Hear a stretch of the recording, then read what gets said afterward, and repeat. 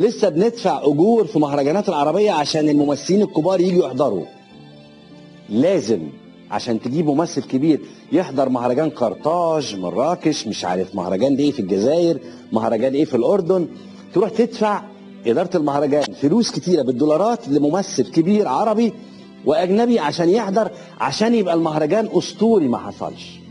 صدقني بكلمك جد سياده الرئيس، لسه الفساد ده موجود.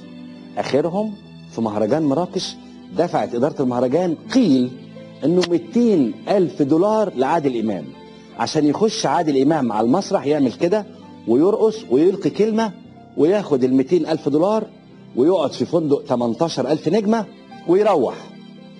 اداره المهرجان استفادت ايه؟ استفادت انها جابت عادل امام. طيب انا ما بلومش عادل امام بصراحه، مين اللي يلاقي 200,000 دولار ويرفضهم؟ مين؟ ده يبقى مجنون وهبل.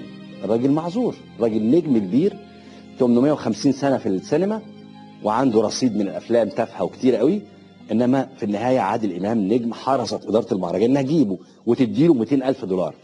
السؤال بقى، هم نص ساعه بالظبط عادل امام حضر، وقف على السجاده الحمراء، القى كلمه، رحب بالسيده الوزيره السابقه، هبدت 200,000 دولار دخلت في حسابه.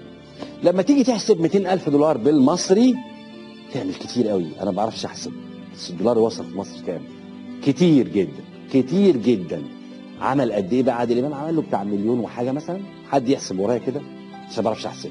خلاص، انا ما بلومش عادل امام، لكن بلوم اداره مهرجان فاسده او بايظه او تربيه الامراء والملوك العرب من 30 سنه اللي حرصت على انها تدفع الفلوس دي لعادل امام. خلاص، عادل امام خد الفلوس وروح. لكن تعالى في مهرجان صغير